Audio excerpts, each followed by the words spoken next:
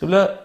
مثلا رسول اکرم کو ایک ایسے معاشرے میں اتارا جاتا ہے کہ جہاں علم، ادب اور انسانیت ان سب چیزوں کا کوئی جو ہے وہ ہے ہی نہیں ہے. اس کے برخلاف روم، فارس جو اس زمانے کے ہیں، وہاں تہذیب ہے، تمدن ہے، علم وہاں پر پھیل رہا تھا. اگر یہاں کے بجائے رسول اکرم کو اس جگہ کے وہ بھیجا جاتا کہ جہاں پہلے سے ایک بنیاد بنی ہوئی ہے، تو وہاں رسول اگر کام کرتے تو کیا زیادہ جلدی سے اور زیادہ تیزی کے ساتھ اسلام نہیں پھیل سکتا تھا؟ کیا کوئی وجہ ملتی ہے کہ کیوں تہذیب مثلا مہذب اور متمدن علاقوں کے بجائے ان علاقوں میں رسول اکرم کو جو ہے وہ بھیجا گیا؟ اصل نقطہ یہی ہے، اگر ہمارے نبی کریم صلی اللہ علیہ وآلہ وسلم سلطنت روم میں آتے یا سلطنت فارس میں آتے، اور بالآخر ان لوگوں نے بھی ترقی کرنی تھی، اور وہ لوگ ترقی کرتے، تو پھر بعد میں اسلام کے جو دشمن ہیں، جو منکر ہیں، انہوں نے یہ کہنا تھا کہ یہ کوئی اسلام کا معجزہ نہیں ہے، یہ کوئی نبی کریم صلی اللہ علیہ وآلہ وسلم کی تربیت نہیں ہے، بلکہ یہ خود مملکتیں جو ہیں یہ تو ہزاروں سالہ تمدن رکھتی ہیں، یہ انہی کے تمدن کا ہی ایک تسلسل ہے. جیسا کہ مستشرقین کی طرف سے ویسے بھی الزام لگتا ہے کہ ان کا کاپی پیسٹ ہے، جو نظام رسول کے پاس ہے وہ وہاں سے لایا ہوا ہے. تو اگر وہاں پہ جاتے تو یہ الزام اور ہی زیادہ ہاں، انہوں نے کہنا تھا کہ اس میں کوئی اسلام کا کوئی اثر نہیں ہے، بلکہ وہ تو پہلے ہی متمدن تھے. ہاں، آپ نے کچھ 2-3 اصول اور بتا دیے، ورنہ آپ نے ان کی شخصیت کو تشکیل نہیں دیا. لہذا اسلام ایک ایسی جگہ پہ آیا جہاں کوئی شخصیت ہی نہیں تھی، جہاں کوئی انسانیت ہی نہیں تھی، جہاں انسان نما درندے تھے، جانور تھے، حیوان تھے، جہاں بالکل جو ہے وہ تاریک اور عصر جہالت جو ہے یا جاہلیت کا زمانہ تھا. وہاں آ کے اسلام نے جو ہے وہ ذو افشانی شروع کی اور اپنا نور دیا، اور لوگوں کے اندر وہ حیرت انگیز تبدیلی پیدا کی کہ وہی مسلمان کہ جو ایک دوسرے کے، جو زمانہ جاہلیت میں ایک دوسرے کے قتل پر فخر کرتے تھے، اور قصیدے اور اشعار جو ہے وہ کہے جاتے تھے، اور اس میں ان کا سب سے بڑا ہدف یہ ہوتا تھا کہ ہم نے مخالف قبیلے کے کتنے لوگوں کو قتل کیا. اب ان کو ہمارے پیغمبر نے یہ سکھایا کہ ایک انسان کو زندہ کرنا یا زندہ رکھنا ایسے ہی ہے جیسے آپ نے نوع انسان کو زندہ کر دیا.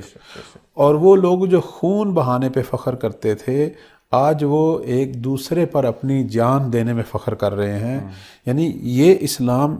کا اس قوم کو تربیت دینا اور اس قوم میں ایسی قابلیت پیدا کرنا کہ یہ اب دنیا کی اقوام پر حکومت کر رہی ہیں، تو اس سے ہمیں اسلام کا وہ اعجاز سمجھ میں آتا ہے. چونکہ اگر ان ممالک کے اندر ہمارے نبی آتے، یقیناً ترقی تو ہونی تھی، لیکن کریڈٹ جو ہے وہ ان ممالک کی ہی تہذیب کو ملنا تھا کہ بھئی ان کی جو ہے وہ تاریخ ہے، اس میں پتہ نہیں کتنے بڑے بڑے حکیم، کتنے بڑے بڑے عالم آئے، تو یہ بھی ان میں سے ایک ہیں. لیکن یہاں تو یوں سمجھیں صفر سے کام شروع ہوا ہے، اور 23 سالہ زندگی میں ہمارے نبی نے پوری ملت کا نقشہ ہی بدل دیا. اب آپ دیکھیں کہ اوس و خزرج کی جو لڑائی تھی مدینہ میں، 100 سال ہو گئے تھے اس لڑائی کو،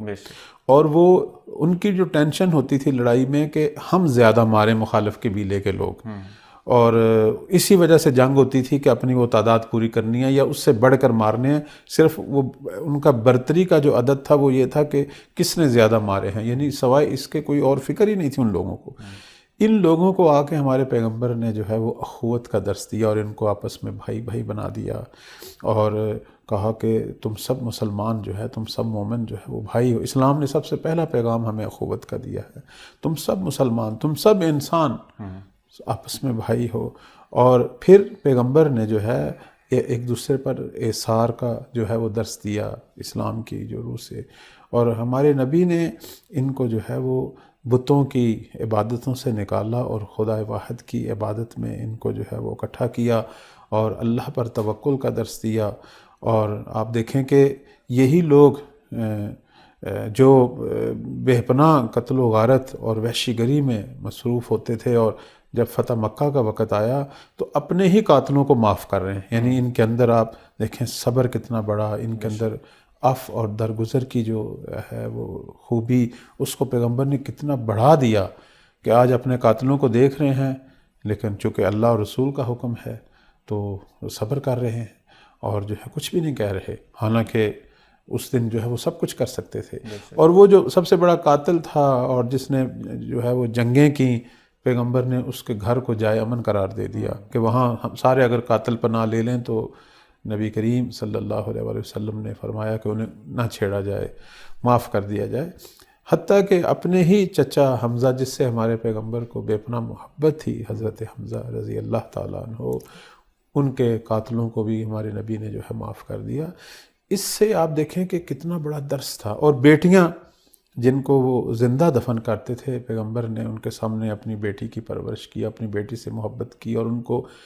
جو ہے وہ صرف زبان کے ساتھ نہیں، اپنے عملی زندگی کے درس بھی ان کو دیے، اپنی بیٹی کو جو ہے اپنی ماں کے برابر قرار دیا اور بتایا بیٹیاں جو ہیں وہ تمہاری ماں کی